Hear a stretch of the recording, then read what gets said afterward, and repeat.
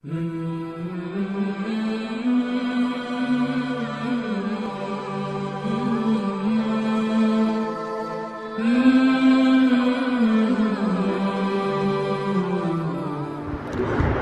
عليكم ورحمة الله وبركاته. وعليكم السلام ورحمة الله. نحمده ونصلي على رسوله الكريم.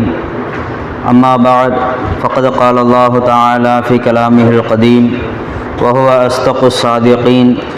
أعوذ بالله من الشيطان الرجيم. بسم الله الرحمن الرحيم.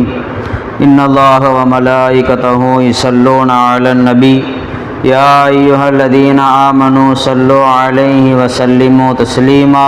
اللهم صل على سيدنا محمد وعلى آل سيدنا محمد وبارك وسلم عليه.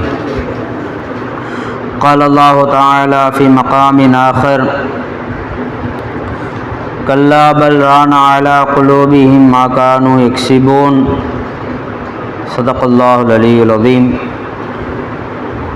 قال نبينا صلى الله عليه وسلم من قال لا إله إلا الله مخلصا دخل الجنة أو كما قال عليه الصلاة والسلام. எல்லா புகழும் நம்ம முஸ்லிம்களாக முஃமின்களாக மேலும் தனது ஹபீபு நாயகம் முஹம்மது ரசூலுல்லாஹி ஸல்லல்லாஹு அலைஹி வஸல்லம் அவர்களுடைய பாக்கியமிக்க உம்மத்தில் ஒருவராக ஆக்கி அருள் புரிந்தானே அந்த அல்லாஹ்வுக்கே உண்டாகுவதாக. அல்ஹம்துலில்லாஹ் அல்ஹம்துலில்லாஹ். மேலும் அல்லாஹ் தஆலா காமிலான ஷேഖுமார்களுடைய கருத்தை பற்றி பிடிக்கக்கூடிய ஒரு பாக்கியத்தையும் அவர்களுடைய சுஹபத்தில் இருக்கக்கூடிய ஒரு பாக்கியத்தையும் அல்லாஹ் தஆலா நமக்கு பேரருளாக அருள் புரிந்திருக்கிறானே அந்த அல்லாஹ்வுக்கே எல்லா புகழும் உண்டாகுவதாக. அல்ஹம்துலில்லாஹ் அல்ஹம்துலில்லாஹ் அல்ஹம்துலில்லாஹ். அன்பான மாணவர்களே, மஜ்லிஸுல் மதாரிஸ் அரபியா சார்பாக யூசுஃபியா மதரசாவில் சென்ற வாரம் 14ஆம் தேதி ஏற்பாடு செய்யப்பட்ட மஜ்லிஸில் தர்ஸே நிசாமியா பாடத்திட்டத்தில் தஸவுஃபின் சம்பந்தம் என்ற தலைப்பில் முகமது இஸ்மாயில் ஹசரத் அவர்கள் நீடூர் மிஸ்பால் ஹுதா அரபிக் கல்லூரிய முதல்வர் அவர்கள் சில கருத்துக்களை நமக்கு சொல்லி காட்டினார்கள். அந்த கருத்துக்களை தங்களுக்கு முன்னால் பகிரும்படி சர்க்கார் நாயகம் அவர்கள் உத்தரவிட்டிருக்கிறார்கள். அல்லாஹு தஆலா அதை நம் அனைவருக்கும் பிரயோஜனமாக அல்லாஹு தஆலா ஆக்கி அருள்வானாக. ஆமீன். ஹசரத் அவர்கள் ஆரம்பமாக சொல்லி காட்டினார்கள், தஸவ்வுஃப் என்று சொன்னால் அது உள்ளத்தை பரிசுத்தப்படுத்துவது. தஸவ்வுஃப் என்று சொன்னால் உள்ளத்தை பரிசுத்தப்படுத்துவது. இந்த உள்ளத்தை பரிசுத்தப்படுத்துவதற்காக வேண்டிதான் இந்த மார்க்க கல்வியை நாம் கற்றுக்கொள்கிறோம். ரசூலுல்லாஹி ஸல்லல்லாஹு அலைஹி வஸல்லம் அவர்களை அல்லாஹு தஆலா அனுப்பியதுடைய நோக்கத்தை சொல்லி காட்டும்போது அவர் உங்களுக்கு வேதத்தை சொல்லி கொடுப்பார்கள். யத்லு அலைஹிம் ஆயாத்தினா வ யுஸக்கீஹிம், நம்முடைய அத்தாட்சிகளை ஆயாத்துகளை உங்களுக்கு ஓதியும் காட்டுவார்கள், இன்னும் உங்களை தஸ்கியத் பரிசுத்தமும் படுத்துவார்கள். இது ரசூலுல்லாஹி ஸல்லல்லாஹு அலைஹி வஸல்லம் அவர்களுடைய வேலையாக இருக்கிறது. அதே போல ரசூலுல்லாஹி ஸல்லல்லாஹு அலைஹி வஸல்லம் அவருடைய வாரிசாக இருக்கக்கூடிய நாம் வெறும் இல்மை மட்டும் மக்களுக்கு போதிக்கக்கூடியவர்களாக இருப்பது மட்டும் இல்லாமல் மக்களை பரிசுத்தப்படுத்தக்கூடியவர்களாகவும் நாம் இருக்க வேண்டும் என்ற அடிப்படையில் ஹஸரத் அவர்கள் பேசினார்கள். ரசூலுல்லாஹி ஸல்லல்லாஹு அலைஹி வஸல்லம் அவர்கள் எவ்வாறு இல்மை போதித்தார்களோ, மார்க்க சட்டத்திட்டங்களை எது ஹராம் எது ஹலால், எதை செய்ய வேண்டும் எதை செய்யக்கூடாது என்பதை எப்படி ரசூலுல்லாஹி ஸல்லல்லாஹு அலைஹி வஸல்லம் அவர்கள் சொல்லிக் கொடுத்தார்களோ அதையும் நாம் மக்களுக்கு சொல்லிக் கொடுக்க வேண்டும். அதையும் இந்த நிசாமிய பாடத்திட்டத்தில் சொல்லிக் கொடுக்கப்படுகிறது. நஹ்வு சர்ஃப் போன்ற பாடத்திட்டங்கள் வைக்கப்பட்டிருக்கிறது. ஃபிக்ஹுடைய பாடத்திட்டங்கள் வைக்கப்பட்டிருக்கிறது. தஃப்சீர் பாடத்திட்டங்களை வைக்கப்பட்டிருக்கிறது. இதனுடைய நோக்கம் இந்த இல்முகளை மக்களிடத்தில் கொண்டு போய் நாம் சொல்ல வேண்டும். அதே போல அந்த மக்களை பரிசுத்தப்படுத்துவது ரசூலுல்லாஹி ஸல்லல்லாஹு அலைஹி வஸல்லம் அவருடைய வேலையாக இருந்தது. அந்த வேலையும் நாம் எடுத்து செய்வது நம் மீது கடமையாக இருக்கிறது. அந்த மக்களை அந்த ரசூலுல்லாஹி ஸல்லல்லாஹு அலைஹி வஸல்லம் அவர்கள் தஸ்கியத் செய்வார்கள், பரிசுத்தப்படுத்துவார்கள். அப்போது ஆலிமாக இருக்கக்கூடிய நாம், ரசூலுல்லாஹி ஸல்லல்லாஹு அலைஹி வஸல்லம் அவருடைய வாரிசாக இருக்கக்கூடிய நாம் மக்களுடைய இடத்தில் சென்று அவர்களிடத்தில் இருக்கக்கூடிய உள்ளம் சம்பந்தமான சில விஷயங்களை நாம் பரிசுத்தப்படுத்துவது நம் மீது கடமையாக இருக்கிறது. அந்த விதத்தில் நிசாமியா பாடத்திட்டத்தில் இஹ்யா உலூமுத்தீன், பதுல் ஆமால், ஷரஹுல் அகாயித் போன்ற தஸவ்வுஃப் கிதாபுகளை வைத்து அதையும் நமக்கு பாடமாக போதிக்கப்படுகிறது. எதை செய்ய வேண்டும் என்று ரசூலுல்லாஹி ஸல்லல்லாஹு அலைஹி வஸல்லம் அவர்கள் சொன்னார்கள் என்பதை எடுத்து சொல்வது இது இல்மாக இருக்கிறது. இதை ஏன் ரசூலுல்லாஹி ஸல்லல்லாஹு அலைஹி வஸல்லம் அவர்கள் செய்ய சொன்னார்கள் என்று மக்களுக்கு அதை விலக்கி கொடுப்பது அது தஸவ்வுஃபாக இருக்கிறது. உதாரணமாக தொழுகையுடைய சட்டத்திட்டங்கள், தொழுகையுடைய கடமைகள் என்ன, தொழுகையுடைய வாஜிபாத்துகள் என்ன, சுன்னத்துகள் என்ன, முஸ்தஹபுகள் என்ன, சுன்னத்துகள் என்ன, இவைகளை சொல்லிக் கொடுப்பது இல்மாக இருக்கிறது. ரசூலுல்லாஹி ஸல்லல்லாஹு அலைஹி வஸல்லம் இந்த தொழுகை ஏன் நமக்கு கடமையாக்கினார்கள், அல்லாஹ் தஆலா ஏன் இந்த தொழுகை நம் மீது கடமையாக்கினான், இந்த ருக்கு செய்வதுடைய அசல் எதற்காக வேண்டி ருக்குவை இந்த முறையில் செய்யப்படுகிறது, எதற்காக வேண்டி சஜிதாவை இந்த முறையில் செய்யப்படுகிறது என்பது போன்ற விஷயங்களையும், அந்த தொழுகையில் மன ஓர்மை எவ்வாறு கொண்டு வர வேண்டும், அந்த தொழுகையில் மனதை எப்படி நாம் கொண்டு வந்து அந்த இடத்தில் நிப்பாட்ட வேண்டும் போன்ற விஷயங்களை தெரிந்து கொள்வது தஸவ்வுஃபுடைய வேலையாக இருக்கிறது. அதையும் இந்த நிசாமிய பாடத்திட்டத்தில் சொல்லித்தரப்படுகிறது என்று ஹஸரத் அவர்கள் சொல்லி காட்டினார்கள். நண்பர்களே, மார்க்க கல்வியுடன் இறைஞானத்தையும் கற்றுக்கொள்வதுதான் நமக்கு அவசியம். வெறும் மார்க்க கல்வி மட்டும் கற்றுக்கொண்டோம் என்று சொன்னால் அதற்கு உதாரணம் பார்த்தால் ஒரு விளக்கூடிய கண்ணாடியை போல, ஃபிக்ஹ் என்பது வெறும் மார்க்க கல்வி என்பது ஒரு விளக்கூடிய கண்ணாடியை போல, அந்த தஸவ்வுஃப் இறைஞானம் என்பது அந்த விளக்கூடிய வெளிச்சத்தை போல, ஒளியை போல. ஒரு இடத்தில் ஒளியே இல்லை என்று சொன்னால் அந்த கண்ணாடி பிரகாசிக்குமா என்று பார்த்தால் கண்ணாடியும் பிரகாசிக்காது. அந்த ஒளியுடைய ஜுவாலை வெளியே பிரகாசமாக தெரியக்கூடிய அந்த இடங்களும் என்னவாகும், இருட்டாகிவிடும். வெறும் தஸவ்வுஃப் இல்லாமல் வெறும் மார்க்க ஞானத்தை மட்டும் கற்றுக்கொள்வோம் என்று சொன்னால் அது ஒளி இல்லாத விளக்கை போல, அது நெருப்பில்லாத விளக்குக்கு சமமானது என்று ஹஸரத் அவர்கள் சொல்லி காட்டினார்கள். எப்படி இரண்டையும் எப்படி ஒன்று சேர்க்கிறது என்று பார்த்தா ஹஸரத் அவர்கள் சொன்னாங்க, ஒரு மதரசால 7 வருடம் 5 வருடம் நாம் தங்கி ஓதுகிறோம். இந்த தங்கி ஓதுதல் என்பது ஒரு விதத்தில் நம்முடைய நஃப்ஸை கட்டுப்படுத்துவதாக அது இருக்கிறது. பல சிரமங்கள் இந்த இடத்தில் அந்த தங்கியிருக்கக்கூடிய இடங்களில் பல சிரமங்களை நாம் அனுபவித்து அதையெல்லாம் சகித்து கொண்டு நாம் என்ன செய்கிறோம், ஓதுகிறோம், மதரசாவில் ஓதுகிறோம். இந்த 7 வருடம் ஏன் வைக்கணும்? வந்தாங்க, காலையில் வராங்க, ஸ்கூல் மாணவர்கள் மாதிரி வராங்க, காலையில் 6 மணிக்கு வந்து சாயங்காலம் 4 மணிக்கு கிளம்பி போயிடலாமே, இந்த மாதிரி பாடத்திட்டங்களை வைக்கலாமே என்று நாம் யோசிக்கலாம். அந்தந்த ஊரில் இருக்கக்கூடிய மாணவர்கள் மட்டும் வந்து படிச்சுட்டு போகட்டும், வெளியூர்ல இருந்து ஏன் மாணவர்களை வந்து தங்கி வைத்து ஏன் படிக்க வேண்டும், இந்த முறையை ஏன் ஏற்படுத்தினார்கள் என்று நாம் யோசிக்கலாம். ஆனால் இந்த முறை ஏற்படுத்திய காரணம் என்னவென்று சொன்னால், ஒரு இடத்தில் நாம் தங்கி இருக்கக்கூடிய நேரத்தில் பலவிதமான சிரமங்களை நாம் அனுபவிப்போம், பலவிதமான கஷ்டங்களை நாம் அனுபவிப்போம். சில நேரங்களில் நம்முடைய கோபம் அதிகமாக கூடிய செயல்கள் நடக்கலாம், சில நேரத்தில் நம்முடைய வெறுப்புகள் வெளியாகக்கூடிய செயல்கள் நடக்கலாம், சில நேரத்தில் நம்முடைய கவலைகளை பகிர்ந்து கொள்ள முடியாத ஒரு சூழ்நிலை ஏற்படலாம், மன கஷ்டம் ஏற்படலாம். இது போன்ற பல உதாரணத்தை இன்னும் சொல்ல போனால் நம்முடைய தலை பிச்சுக்கிற மாதிரி சில சூழ்நிலை உண்டாகும் சொல்லுவாங்க பார்த்தீங்களா, அந்த மாதிரி செயல்பாடுகள் நமக்கு உண்டாகக்கூடிய அந்த நேரத்தில் எல்லாவற்றையும் அனுசரித்து பழகக்கூடிய ஒரு தன்மை நம்மிடத்தில் உண்டாக வேண்டும். இதுக்கு பேர் நஃப்ஸ், ஒரு அடிப்படை நஃப்ஸை கட்டுப்படுத்துவதாக இது இருக்கிறது. கோபப்பட வேண்டிய இடத்தில் கோபத்தை அடக்கக்கூடிய ஒரு வழிமுறை நமக்கு இந்த இடத்தில் கற்றுக் கொடுக்கப்படுகிறது. மன கஷ்டத்தை வெளிப்படுத்தக்கூடிய நேரத்தில் அதை அடக்கி வைத்து எப்படி சமாளிக்க வேண்டும் என்ற ஒரு வழிமுறையை இந்த பாடத்திட்டத்தில் நமக்கு என்ன செய்யப்படுகிறது, சொல்லிக் கொடுக்கப்படுகிறது. அப்ப 5 வருடம் 7 வருடம் இங்க நாம் தங்கி படிக்குதல் என்பது ஒரு விதமான தசவுஃபுடைய ஒரு பயிற்சியாக இருக்கிறது என்று ஹஸரத் அவர்கள் சொல்லி காட்டினார்கள். அதே போல ஒரு மனிதர் 5 வருடம் ஓதுகிறார், 7 வருடம் ஓதுகிறார், 10 வருடம் ஓதுகிறார். எத்தனை வருடம் ஓதினார் என்பது பெரியதல்ல. அந்த வருடத்தில் அவர் எதை கற்றுக்கொள்கிறார், எந்த விஷயத்தை அவர் அடைந்து கொண்டார் என்பதை பற்றி தெரிந்து கொள்வது ஒவ்வொரு நபரும் தன்னை சுய பரிசோதனை செய்து கொள்ள வேண்டும்.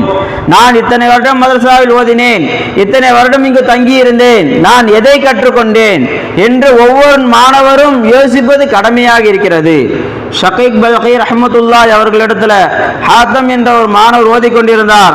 கிட்டத்தட்ட 33 வருடம் அவர்களிடத்தில் மாணவராக இருந்தார். எத்தனை வருடம்? 33 வருடம் மாணவராக இருந்தார்.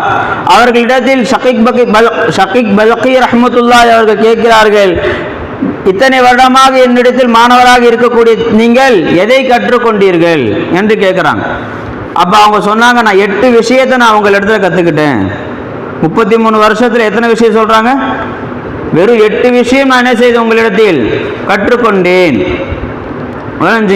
அப்ப 8 விஷயம் இந்த இடத்துல கற்றுக்கொள்கிறார்கள் என்று சொன்னால் இவர் அசல் என்ன பார்க்கணும், வாழ்க்கையில நம்ம அல்லாஹ்வின் பக்கம் நெருக்கி வைக்கக்கூடிய செயல் எது? இதுல எத்தனையோ செயல்பாடுகள் இருக்கலாம். 7 வருஷம் மசாலா ஓதுறோம்.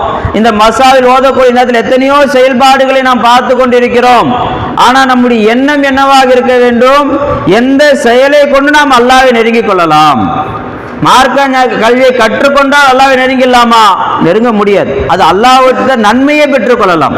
வெறும் மார்க்க கல்வி ஒரு மனிதர் கற்றுக்கொள்கிறார், நஹ்வு, சர்ஃப், மன்திக், மானியுடைய பாடத்தை கற்றுக்கொள்கிறார், ஃபிக்ஹுடைய பாடத்தை கற்றுக்கொள்கிறார், முஃபஸ்ஸிராக முஹத்திஸாக இருக்கக்கூடிய ஒரு ஆற்றலை தன்னிடத்தில் வளர்த்துக் கொள்கிறார். இவர் அல்லாஹ்வை நெருங்கிவிட முடியுமா என்று பார்த்தால் அல்லாஹ்வை நெருங்க முடியாது. அல்லாஹ்விடத்தில் நன்மைகளை அடைந்து கொள்ளலாம், அல்லாஹ்விடத்தில் நன்மைகள் அடைந்து கொள்ளலாமே தவிர அல்லாஹ்வுடைய பொருத்தத்தை, அல்லாஹ்வை அவர் அடைந்து கொள்ள முடியுமா என்று பார்த்தால் முடியாது. அப்ப அந்த ஓதக்கூடிய அந்த காலகட்டத்தில் எந்த செயல் அல்லாஹ்வை என்னை நெருக்கி வைக்கும் என்பதை ஒவ்வொரு மாணவரும் ஆராய்ச்சி செய்து தன்னுடைய வாழ்க்கையில் அதை செயலாக கொண்டு வந்தால் அவர் அல்லாஹ்வை அடைந்து கொள்ளலாம். அந்த மாணவரிடத்தில் கேட்குறாங்க, அது என்ன 8 விஷயம் நீங்க கற்றுக்கொண்டீர்கள் என்று கேட்கும்போது அதுல 3 விஷயத்தை சொல்லி காட்டினாங்க. முதலாவது விஷயம் என்ன சொன்னா, துன்யா எப்படி இருந்தாலும் அழிய போகிறது. துன்யா எப்படி இருந்தாலும் அழிய போகிறது. அந்த அழியக்கூடிய துன்யாவை நேசிப்பதை பார்த்து, இந்த உலகம் என்னவாகும்? அழியக்கூடியதாக இருக்கு. அந்த அழியக்கூடிய உலகத்தை நேசிப்பதை பார்த்து நான் ஆச்சரியப்படுகிறேன். நான் முதல்ல கற்றுக்கிட்டது தான். அதனால துன்யாவே வேண்டாம் என்று ஒதுக்கல அவங்க. அதை நேசிப்பதை நான் என்ன செய்யறேன்? ஆச்சரியமா பார்க்கிறேன்.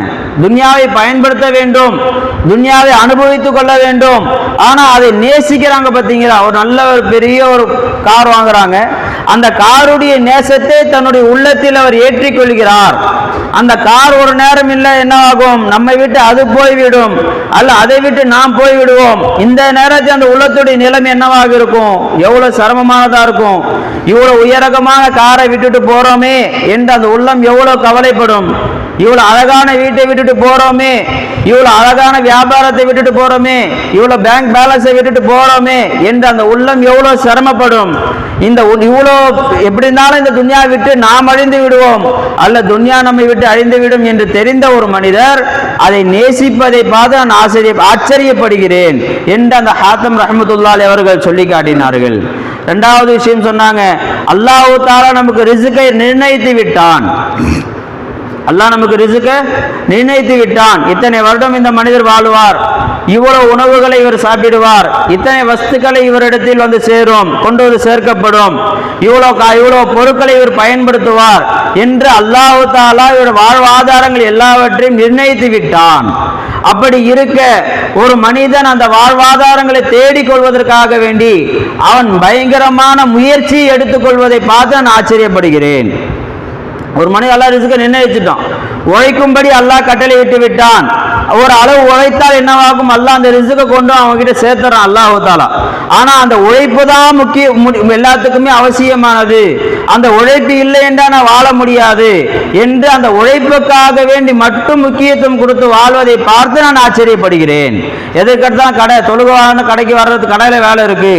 ஏதாவது ஒரு பயானு கேளுங்க, கடையில வேலை இருக்கு. தஸ்பீ ஓதும், கடையில வேலை இருக்கு. ஏன்பா கடையில வேலை இருக்கு, கடையில இருக்கு, அப்படி சம்பாதிச்சு என்னப்பா பண்ற என்று கேட்டால் அதே நிர்ணயிக்கப்பட்ட 5 இட்லி, அதே நிர்ணயிக்கப்பட்ட கொஞ்சம் சாப்பாடு, அதே நிர்ணயிக்கப்பட்ட 2 சப்பாத்தி, இதுதான். இதற்கு மேல் அவரால் சாப்பிட முடியுமா? முடியவே முடியாது. என்னதான் அவர் இவ்வளவு சிரமப்பட்டு சம்பாதித்தாலும் அல்லாஹ் எழுதியதை விட ஒரு பருக்கை அதிகமாக ஆகிவிடுமா? அவருக்கு ஆகாது. ஒரு பருக்கை கீழே குறையுமா? குறையவும் செய்யாது. இப்படி அல்லாஹ் நிர்ணயித்திருக்க அதற்காக வேண்டி படாத பாடுபடுவதை பார்த்து, மிக அதிகமான முயற்சி எடுத்து தன்னுடைய உடலை வருத்தி கொள்வதை பார்த்து நான் ஆச்சரியப்படுகிறேன் என்று ஹாத்தம் ரஹ்மத்துல்லாஹி அவர்கள் சொல்லி காட்டினார்கள். இது அல்லாஹ்வின் மீது வைக்கக்கூடிய நம்பிக்கையில ஒரு விஷயம். இது புரிஞ்சுங்களா? இது சாதாரண விஷயம் இல்லை. இது அல்லாஹ் நமக்கு சொல்லிக் கொடுக்கும், அவன் பக்கம் நெருங்கக்கூடிய ஒரு வழியில ஒரு வழி இது. மூன்றாவதாக அவங்க சொன்னாங்க, எந்த ஒரு படைப்பினமாக இருந்தாலும், எவ்வளவு உயர்ந்த ஒரு அந்தஸ்தில் உள்ள ஒரு நபராக இருந்தாலும் அவரை மஹ்லூக்காகத்தான் பார்க்க வேண்டுமே தவிர அவரை ரப்பாக பார்க்க கூடாது. தந்தையாக இருந்தாலும் சரி, அவர் அல்லாஹ் தஆலாவுடைய ஒரு படைப்பு, அவர் எனக்கு ரப்பி இல்லை.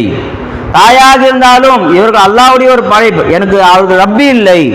உஸ்தாதாக இருந்தாலும் இவர் அல்லாஹ்வுடைய ஒரு படைப்பு, அல்லாஹ் எனக்கு இல்மை சொல்லிக் கொடுப்பதற்காக வேண்டி அல்லாஹ் இவரை படைத்திருக்கிறான். என்னை உலகத்திற்கு கொண்டு வருவதற்காக வேண்டி தாய் தந்தை அல்லாஹ் தஆலா படைத்திருக்கிறான். இவர்கள் எனக்கு ரப்பி இல்லை, இந்த பணம் எனக்கு ரப்பி இல்லை. எல்லா வஸ்துக்களையும் துன்யாவில் எதை நீ பார்த்தாலும் அந்த வஸ்து எனக்கு ரப்பி இல்லை, இது ஒரு படைப்பு தான் என்ற எண்ணத்தில் நீ பார்க்க வேண்டும் என்ற அந்த ஒரு வழிமுறையை நான் தங்களிடத்தில் கற்றுக்கொண்டேன் என்று ஹாத்தம் ரஹ்மத்துல்லாஹி அவர்கள், ஷகீக் பல்கி ரஹ்மத்துல்லாஹி அவர்கள் சொல்லி காட்டினாங்க. அன்பர்களே, அப்ப நாம் ஓதக்கூடிய காலகட்டத்தில் எதை நாம் கற்றுக்கொள்கிறோம், எதை நாம் பெற்றுக்கொள்கிறோம் என்று நாம் சிந்தித்து பார்ப்பது நம்ம மேல கடமையா இருக்கு. இப்போ நம்ம மசாக்கு வந்து சில பேருக்கு 4 வருஷம் ஆயிடுச்சு, சில பேர் 5 வருஷம் ஆயிடுச்சு, சில பேர் 9 வருஷமாலாம் ஓதுறாங்க. வளைஞ்சிங்களா? சில பேர் 1 வருஷம் ஆயிடுச்சு, சில பேர் 6 மாசம் ஆயிடுச்சு. வளைஞ்சிங்களா? நீங்க யோசிச்சு பாருங்க, நீங்க என்ன கற்றுக்கொண்டீர்கள்? இந்த மதரசாவில் வந்து பொதுவான செய்திகள், எல்லாருக்கும் உள்ள பொதுவான செய்தி ஒன்று இருக்கு, அது எல்லாரும் சொல்லுவாங்க. அந்த விஷயத்தை நான் தனிப்பட்ட முறையில் இந்த செய்தி நான் கற்றுக்கொண்டேன் என்று யோசிச்சு பாருங்க. யோசிச்சு இன்ஷா அல்லாஹ் சொல்லுங்க. இன்ஷா அல்லாஹ் வளைஞ்சிங்களா? அடுத்து இன்னொரு விஷயம் ஹஜ்ரத் அவங்க சொன்னாங்க, மதரசாவுடைய ஒவ்வொரு செயல்களும், மதரசாவுடைய ஒவ்வொரு சட்டங்களும் நம்ம அல்லாஹ்வின் பக்கம் நெருக்கி வைப்பதாகத்தான் இருக்கு. இப்போ நம்ம மதரசா தஹஜ்ஜத் தொழுகிறோம், இது தஹஜ்ஜத் நமக்கு சிரமமான ஒரு செயல் தான், ஈஸியான செயல் சொல்ல முடியாது. நம்ம வாலிப வயசுல நம்ம இதை தொழுகக்கூடிய அந்த நேரத்தில் அல்லாஹ் தஆலா நமக்கு எழுந்து தொழுவதற்குரிய ஆற்றல் அல்லாஹ் கொடுத்துருக்குறான். ஆனா எழுந்து தொழுகக்கூடிய அந்த நேரத்தில் சிரமம் இருக்கா இல்லையா? இது சிரமம் தான். ஆனா இந்த தஹஜ்ஜத் தொழுகையை நமக்கு ஏற்படுத்தி கொடுத்ததுடைய நோக்கம் என்ன? நாம் அல்லாஹ்வை நெருங்க வேண்டும். அந்த நேரத்தில் யார் இறங்கி வரா? நம்ம எல்லாம் கேள்விப்பட்ட ஹதீஸ் தான். முதல் வானத்துக்கு அல்லாஹ் தஆலா வந்து ஹல்மி முஸ்தக்ஃபிரின் ஹல்மி முஸ்தர்ஸிகின் என்று அல்லாஹ் கேட்கிறான். யாராவது ரிஸ்க் கேட்கறவங்க இருக்கீங்களா, மன்னிப்பு கேட்கறவங்க இருக்கீங்களா என்று அல்லாஹ் நெருங்கி வருகிறான். இந்த நேரத்தில் நாமும் விழித்து இருந்து நாம் அல்லாஹ்வை வணங்குவோம் என்று சொன்னால் நாம் யாரை அடைந்து கொள்ளலாம்? அல்லாஹ்வை அடைந்து கொள்ளலாம். அதே போல அடுத்து என்ன? அதிகமாக குர்ஆன் ஓதுறோம். அதிகமாக என்ன செய்யறோம்? நம்ம குர்ஆன் அதிகமாக ஓதுகிறோம். குர்ஆன் அதிகமாக ஓதுவது எதனுடைய அடையாளம்? அது அல்லாஹ் தஆலாவை நாம் நெருங்குகிறோம் என்பதுடைய அடையாளம் என்ன? குர்ஆன் அதிகமாக ஓது. சர்க்கார் சொல்லி காட்டுவாங்கல்ல, ஒரு மனிதர் அல்லாஹ்வுடைய இறைநேசர் என்பதுடைய அடையாளம் என்ன? 2 அடையாளம். ஒன்று, அவர் அதிகமாக துஆ செய்வார், அதிகமாக துஆ செய்வார், நாவாலோ அல்லது உள்ளத்தாலோ ஏதோ அடிப்பால் அல்லாஹ் தஆலா அடுத்து என்ன கேட்டுருப்பார்? துஆ கேட்டுக்கொண்டே இருப்பார். இரண்டாவது, அதிகமாக குர்ஆன் ஓதுவார், அதிகமாக குர்ஆன் ஓதுவார். நல்லா யோசிச்சு பாருங்க, வெளியே இருக்கக்கூடிய நபர்களை விட இங்க இருக்கக்கூடிய நாம் ஓதக்கூடிய குர்ஆன் அதிகமாக குறைவா என்று பார்த்தால் அதை விட நாம் சற்று அதிகமாக தான் என்ன செய்யறோம்? குர்ஆன் ஓதுகிறோம். அப்ப இங்க குர்ஆன் ஓதக்கூடிய அந்த வழிமுறையும் நம்ம யாரின் பக்கம் கொண்டு போய் சேர்க்கக்கூடியதாக இருக்கிறது? அல்லாஹ்வின் பக்கம் கொண்டு போய் சேர்க்கக்கூடியதாக இருக்கிறது. அடுத்து மூணாவது என்ன? ஒழுக்கம். ஒழுக்கம்னா என்ன? தனி மனித பரிசுத்தம். ஒவ்வொரு மனிதரும் தன் சுய பரிசோதனை இருக்கு பார்த்தீங்களா, நல்லபடியாக நடந்துக்கிறது, யாருக்கும் எந்த குறையும் வைக்காமல் தான் நல்லபடியாக நடந்து கொள்ளக்கூடிய அந்த வழிமுறை இருக்கு பார்த்தீங்களா, இந்த வழிமுறை இங்கே என்ன செய்யப்படுது, கற்றுக் கொடுக்கப்படுது. நம்மால் யாருக்கும் எந்த தொல்லையும் வரக்கூடாது, நம்மால் யாருக்கும் எந்த பிரச்சனையும் வரக்கூடாது, நம்மால் யாருடைய மனமும் கஷ்டப்படக்கூடாது. விளைஞ்சிங்களா? ஒழுக்கம்னா என்ன, அந்தந்த இடத்துல எந்த செயலை செய்யணுமோ அந்த செயலை செஞ்சுட்டு அது ஒழுக்கம்பா. சாப்பிடக்கூடிய இடத்துல பேசக்கூடாது, அங்கே என்ன செய்யணும், தஸ்பீஹாத்துகளோடு சாப்பிடணும். அந்த இடத்துல சாப்பிடக்கூடிய இடத்தில் சாப்பிடுதல் என்ற செயலை செய்துவிட்டால் அவர் ஒழுக்கமாக இருந்துட்டார் அர்த்தம். தூங்கக்கூடிய இடத்துல தூங்குதல் என்ற செயலை செஞ்சிட்டார்னா ஒழுக்கமாக இருந்துட்டார் அர்த்தம். படிக்கக்கூடிய இடத்துல படிக்குதல்ங்கிற செயலை செஞ்சுட்டால் அவர் ஒழுக்கமாக இருக்கார் அர்த்தம். எந்த இடத்தில் எந்த செயலை செய்யணுமோ அந்த செயலை அந்த இடத்தில் செய்துவிட்டால் அவர் ஒழுக்கமாக இருக்கார் அர்த்தம். அதுக்கு மாற்றமாக செய்யும் போது தான் ஒழுக்கம் இல்லை என்ற ஒரு தன்மை அந்த இடத்துல உண்டாகும். பஸ்ஸில் சீட்டில் உட்காந்து என்ன செய்யணும், 3 பேர் சீட்டில் உட்காந்துக்கூடிய இடத்துல 2 பேர் உட்காந்துருக்கிறோம், 3வது ஒரு நபர் வந்தால் என்ன செய்யணும், ஒதுங்கி இடம் கொடுக்குதல் என்பது ஒழுக்கம். நாம் ஒதுங்கி இடம் கொடுக்கலன்னு சொன்னால் நம்மளை என்ன எப்படி பார்ப்பாங்க, ஒழுக்கத்துக்கு மாற்றமான ஒரு செயல்நாள் ஏற்படும் போது நம்முடைய மதிப்பு அவர்களிடத்துல இல்லாமல் போகுது. அதான் ஒழுக்கம் இல்லாதவர். விளைஞ்சலா? சைக்கிளில் போகிறோம், நம்ம பைக்கில் ஒருத்த முன்னாடி போகிறோம், நம்ம பின்னாடி சைக்கிளில் போகிறோம், அந்த பைக்கை முந்துறதுக்காக நம்ம வேகமாக ஓட்டு போனால் முந்திரலாமா? இப்போ அந்த பைக்கை எய்ம் பண்ணி நம்ம வேகமாக ஓட்டிக்கிட்டே போகிறோம். ரோட்டில் போகிறவங்களாம் என்ன சொல்லுவாங்க, ஏன் இவ்வளோ வேகமாக போகிற சைக்கிளில்? அப்போ சைக்கிளில் போகக்கூடிய நேரத்தில் அதுக்கு சில ஒழுக்கங்கள் இருக்குது. அந்த ஒழுக்கப்படி நம்ம பயணம் செய்வோம் என்று சொன்னால் யாராவது நம்மளை குறை சொல்லுவாங்களா? அப்போ நாம் மற்ற குறையை சொல்லும்படி ஒரு செயலை நாம் செய்கிறோம் என்று சொன்னால் அது என்னது, ஒழுக்கம் இல்லை என்ற ஒரு செயல். அப்போ இந்த மசாலா என்ன சொல்லி தரப்படுகிறது, எல்லா மசாக்களையும் ஒழுக்கத்துக்கு முக்கியத்துவம் கொடுக்கப்படுது. எந்த இடத்துல எந்த செயலை செய்யணும், எந்த இடத்துல பேச வேண்டும், எந்த இடத்துல பேசக்கூடாது, எந்த இடத்துல படிக்கணும், எந்த இடத்துல படிக்கக்கூடாது, எந்த இடத்துல தூங்கணும், எங்கே தூங்கக்கூடாது, எந்த இடத்தில் எவ்வாறு நடந்து கொள்ள வேண்டும் என்ற முறைகள் என்ன செய்யப்படுது, சொல்லிக் கொடுக்கப்படுகிறது. எடுத்து நடந்தவர்கள் மேலே வராங்க, எடுத்து நடந்தவர்கள் முன்னுக்கு மேலே என்ன செஞ்சிருவாங்க, வந்துடுவாங்க. நான் எடுத்து நடக்கவில்லை என்று சொன்னால் அது அவர்களுடைய குறைதானே தவிர மசாவை குறை சொல்ல முடியுமா? மசாவில் சொல்லிக் கொடுக்குறாங்க, நின்று கொண்டு தண்ணி கொடுப்பது ரசூலுல்லாஹி ஸல்லல்லாஹு அலைஹி வஸல்லம் சொன்னதுக்கு மாற்றமானது. தண்ணி குடிக்கக்கூடிய முறை என்ன நமக்கு தெரியும், வலது கையால் குடிக்கணும், பிஸ்மில்லா சொல்லி குடிக்கணும், தண்ணியை பார்த்து குடிக்க வேண்டும், 3 மடக்கில் என்ன செய்யணும், குடிக்கணும், இடையில வாயிலிருந்து எடுத்து அல்ஹம்துலில்லாஹ் சொல்லி கொடுக்கணும். அடுத்து மூச்சை தண்ணிக்குள்ளே என்ன செய்ய, மூச்சை விடக்கூடாது. இதையெல்லாம் சொல்லிட்டு என்ன செய்யணும், உட்காந்து குடிக்கணும். சுனத்து என்னச்சு, தண்ணி குடிக்கிற சுனத்து உட்காந்து குடிக்க வேண்டும். இது எல்லாத்துக்குமே தெரியும். வளைஞ்சிங்களா? இந்த முறைப்படி ஒரு மனிதர் சுனத்து தண்ணி குடித்தார் என்று சொன்னால் அவர் ஒழுக்கமான முறையில் தண்ணீர் குடித்திருக்கிறார். இதற்கு மாற்றமாக தண்ணி குடிக்கிறார் என்று சொன்னா அந்த இல்மு இருக்கு, அமல் என்னவாகல, வெளியே வரல. உட்கார்ந்து தண்ணி குடித்தவர் அந்த அமலை செய்து சவாய்ப்பை அடைந்து கொண்டார். நின்று தண்ணி குடித்தவர் அவர் தான் எதை இழந்தார், நன்மையை இழந்து விட்டார் என்றுதான் சொல்லப்படும். அப்ப அந்த ஒழுக்கத்தை எங்க சொல்லி கொடுக்கப்படுகிறது, இந்த இடத்துல சொல்லி கொடுக்கப்படுகிறது. அந்த ஒழுக்கம் யாரின் பக்கம் கொண்டு போய் சேர்க்கும், அல்லாஹ்வின் பக்கம் கொண்டு போய் நம்மை சேர்க்கக்கூடியதாக இருக்கிறது. அடுத்து ரசூலுல்லாஹ் அடுத்து இந்த மசா இன்னொரு விஷயம் என்ன சொல்லி தரப்படுகிறது சொன்னா, மண்டியிட்டு உட்காருதல். எப்படி உட்காருது, மண்டியிட்டு உட்காருதல். ஏன் உஸ்தாது முன்னாடி ஏன் மண்டியிட்டு உட்காரணும், அத்தஹியாத்தில் ஏன் உட்காரணும் என்று கேட்டால் இது பணிவுடைய உச்சகட்டம். இது பணிவுடைய உச்சகட்டம். சம்மணம் போட்டு உட்காருவது நல்ல, அது தப்புன்னு சொல்லக்கூடாது, தப்புன்னு கிடையாது. ஆனால் முறை என்று சொன்னால் ஒரு மனிதர் இன்னொரு மனிதரை தன்னை விட கண்ணியமாக கருதுகிறார், தன்னை விட மரியாதைக்குரியவராக கருதுகிறார் என்பதுடைய அடையாளம் என்னவென்று சொன்னால் அவர் முன்னால் மண்டியிட்டு உட்காருதல். அவர் முன்னாடி எப்படி உட்காரணும், மண்டியிட்டு உட்காரணும். மண்டிட்டுனா அத்தியாயத்தில் உட்காரோம்ல, ஒன்று ஹனஃபி அத்தியாயத்து முறையில் உட்காருறது அல்லது ஷாஃபி அத்தியாயத்தில் காலை வெளியே தள்ளி உட்காரங்க பதில் அந்த மாதிரி உட்காருதல். இதுதான் என்னது அசல், இது உச்சக்கட்ட பணிவுடைய அடையாளம். ஏன்னா ரசூலுல்லாஹி ஸல்லல்லாஹு அலைஹி வஸல்லம் முன்னாடி ஜிப்ரீல் அலைஹிஸ்ஸலாம் அப்படிதான் உட்கார்ந்தாங்க. அப்படி உட்காந்து என்ன கேட்டாங்க, மல் இஸ்லாம், மல் ஈமான், மல் இஹ்சான் என்று இல்மை கற்றுக்கொண்டார்கள். அப்ப இல்மை கற்றுக்கொள்ளக்கூடிய அந்த முறை நபர்களுக்கு மண்டியிட்டு உட்காருதல் என்பது உச்சகட்ட பணிவை கற்றுக் கொடுக்கக்கூடிய ஒரு விஷயம். உச்சகட்ட பணிவு யார் இடத்துல இருக்கும், இறைநேசர்கள் இடத்துல தான் இருக்கும். இறைநேசர்களிடத்தில் எதிர்க்கும் உச்சகட்ட பணிவு. அந்த உச்சகட்ட பணிவுடைய ஆரம்பமாக நமக்கு என்ன செய்யப்படுகிறது? உங்களுக்கு உஸ்தாதுமார்களுக்கு முன்னால் மண்டியிட்டு உட்காருங்கள். சில பேருக்கு தங்கடம் இருக்கலாம், கால் வலி இருக்கலாம், அதனால உஸ்தாத் மாட்ட அனுமதி வாங்கி என்ன செய்து கொள்ளலாம்? சம்மணம் போட்டு உட்கார்ந்து கொள்ளலாம். இந்த மாதிரி தான் என்ன பண்ண நமக்கு சில வழிமுறைகளை சொல்லித்தரப்படுகிறது. இந்த மண்டியிட்டு உட்கார்தல் என்பது எவ்வளவு பெரிய ஒரு முக்கியத்துவம் வாங்கி சொன்ன பார்த்தீங்களா? உச்சகட்ட பணிவுடைய அடையாளமே அதுதான். சஹாபாக்கள் ரசூலுல்லாஹி ஸல்லல்லாஹு அலைஹி வஸல்லம் முன்னாடி அப்படிதான் உட்கார்ந்துருந்தாங்க. நாம் அல்லாஹ் முன்னாடி உட்காரக்கூடிய முறை என்ன? நம்ம அல்லாஹ் முன்னாடி உட்காடுறோம்ல, அல்லாஹ் முன்னாடி தக்பீர் கட்டி நிற்கிறோம். நிற்கக்கூடிய முறை கையை கட்டி நிற்கிறது. வேலை செய்யலாம். அல்லாஹ் முன்னாடி உட்கார முறை என்ன? அத்தையாத்துல தான் உட்காரணும். இதுதான் உச்சக்கட்ட பணிவு. விளைஞ்சிக்கலாம். அப்போ என்ன சொல்ல வராங்க? அப்போ இந்த ஒரு விஷயத்தை இது அசலாக ஆரம்பம் இந்த மண்டியிட்டு உட்காருதலை சொல்லிக் கொடுக்கப்படுகிறது. இது எதனுடைய ஆரம்பம்? உச்சக்கட்ட பணிவுடைய ஒரு ஆரம்பமாக அது இருக்கிறது. அது பிற்காலத்தில் அந்த செயல் அவர்களை முற்றிலும் பணிவாக நடக்கக்கூடியவர்களாக அவர்களை மாற்றிவிடும். இந்த முறைகள் என்ன செய்யப்படுகிறது? இந்த மசாக்கள் சொல்லித்தரப்படுகிறது.